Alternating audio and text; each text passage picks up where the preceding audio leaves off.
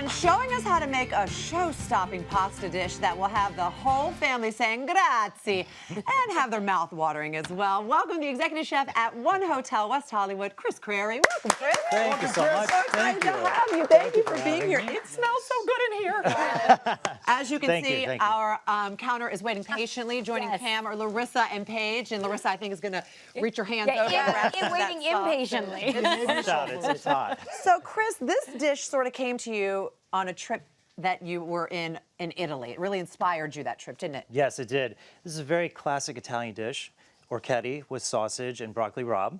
Nice, I love that. Yes, yes. But you don't really like great. broccoli rabe. I don't like broccoli rabe. I'm not gonna lie. That's why you changed it. Yeah, it's a little bitter for me. So, and the dish is, it's a very classic rustic dish, so I'm gonna make it a little bit healthier today. Okay. All right? So and it starts with the sausage. Yeah, it starts with the sausage over here. We have an Italian hot sausage. Okay. That we're just simmering away. You're gonna wanna take the fat off after it's cooked down a little bit. So that's how it makes it healthier. You take some of that fat out. Yeah, and if you also wanna make it a little more healthy, you could use chicken, ground turkey, anything like that. Nice, Okay? all right. Now we're gonna add a bunch of our beautiful little vegetables here. We have some onions, some carrot. That are very finely diced. Very finely diced. Okay. Garlic.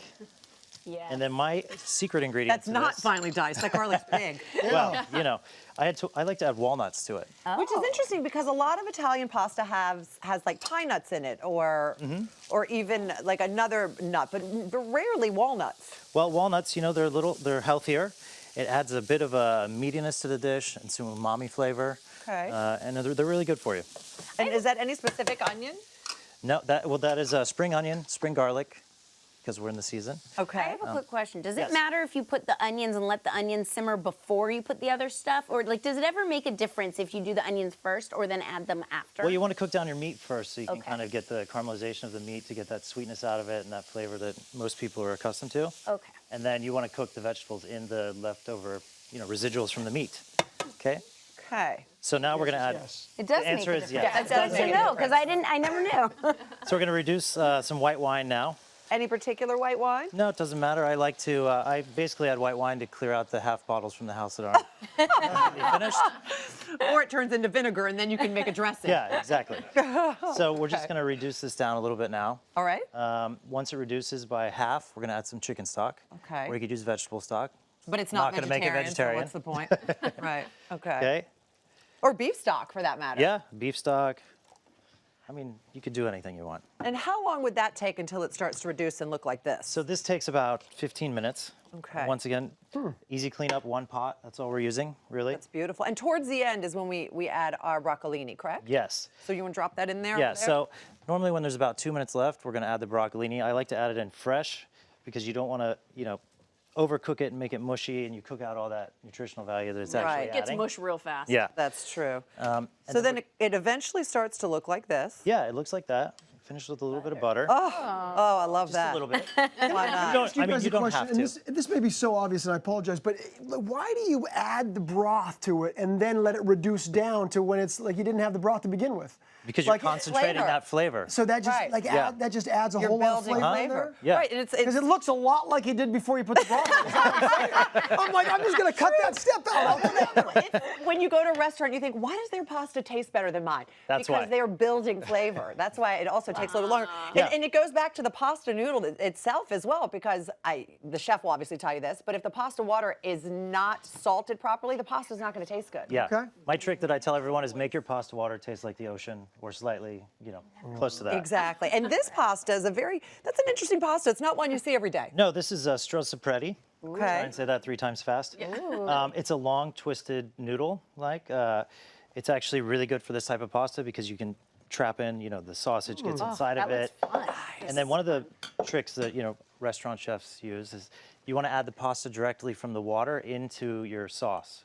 Oh, so You're gonna don't rinse them? Don't rinse it. Don't do anything like that because you're rinsing off all that beautiful starch that's on the outside. It's going to help thicken your pasta. I do everything wrong. Everything. And do you add the starch water as well? You can if you reduce your chicken stock too much and there's no liquid left.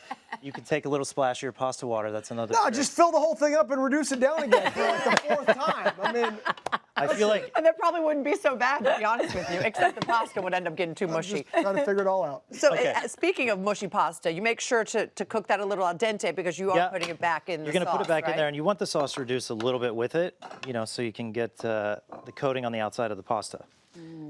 I will say that Cameron and I were recently at your restaurant.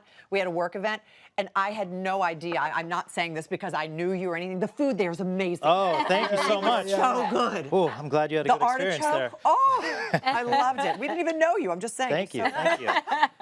All right, so now we're just going to plate it, and we're going to add a little bit. Another twist I like to do to it is I like to add a little bit of lemon zest on top. Okay. Okay. Nice, and brighten it up. Yeah, brightens it up. It makes every bite a little bit of a different adventure. You can get a little lemon zest in there. Then we add some Parmesan cheese, You could do pecorino or something. pecorino, yeah, whatever you'd like. And what are And then these? That's toasted panko breadcrumbs. Oh, I thought it was Also- nutritional yeast. I thought Cameron was going to be so Yeah, excited. you could do that as well. Okay. Now, a little bit of that. that helps kind of soak up the sauce too. If there's a lot of sauce in there, it'll help it Okay. stick to the pasta. Okay. Gosh, that's A beautiful. little bit of red pepper Chef. flake. Thank you. There you go. All right, ladies. Oh, thank you. Here. Well done. No, you start. You've been waiting so patiently, and Melissa was almost eating out of your pan. Come on, All man. right. Those pasta noodles are awesome. I know. Yeah. Where can you get these? You can get them a lot of places. Trader Joe's, Okay. Whole Foods. Oh, really? Yeah. I understand that your son also loves to help you cook in the kitchen, doesn't He he? does, yeah. I have a 3-year-old son. It's his favorite thing, especially breakfast. That's when we're all together. He likes to. Guys, look at what's his favorite. He likes eggs. He likes to crack the eggs. Oh, so does Alexandra. I have a 4-year-old. She does the same thing. Oh yeah. How many shells do you have to pick out? Oh boy, she's like, Mommy, I can do it. And it's, well, you did. Yeah, that's exactly what my You've son got some says. big news too to share with us. Some big family news. I do. Yeah, we have a 4-month-old adopted daughter. Oh, that, congratulations. yeah, we're so blessed. And, Oh my God. yeah, 4 months. already. She's going to be a chef soon as well.